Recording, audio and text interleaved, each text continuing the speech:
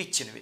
ఎవరైనా శివుడికి అభిషేకం చేయొచ్చు. చిన్న శివలింగం తెచ్చుకోండి, పెద్ద పెద్దవి తెచ్చేసుకోకండి. అన్ని కులాల వాళ్ళు చేయొచ్చు. మరి ఆడవాళ్ళకి ఆటంకం వస్తుంది కదండి. వస్తే కనుక ఒక 4 రోజులు మానేసి మళ్ళీ 5వ రోజు సాయంత్రం నుంచి హాయిగా చేసుకోవచ్చు. ఇప్పుడు ఇది చేయడానికి నియమాలేమిటి, ఎలా చేయాలి అవన్నీ చెప్తా. మొట్టమొదట ప్రదోష వేళ చేయండి. ప్రదోష వేళ అంటే సూర్యాస్తమయం అయిన సమయానికి, లేకపోతే ప్రతిరోజు ఏదో 6, 6:30 సమయం పెట్టుకుని ఆ సమయానికి చేయండి.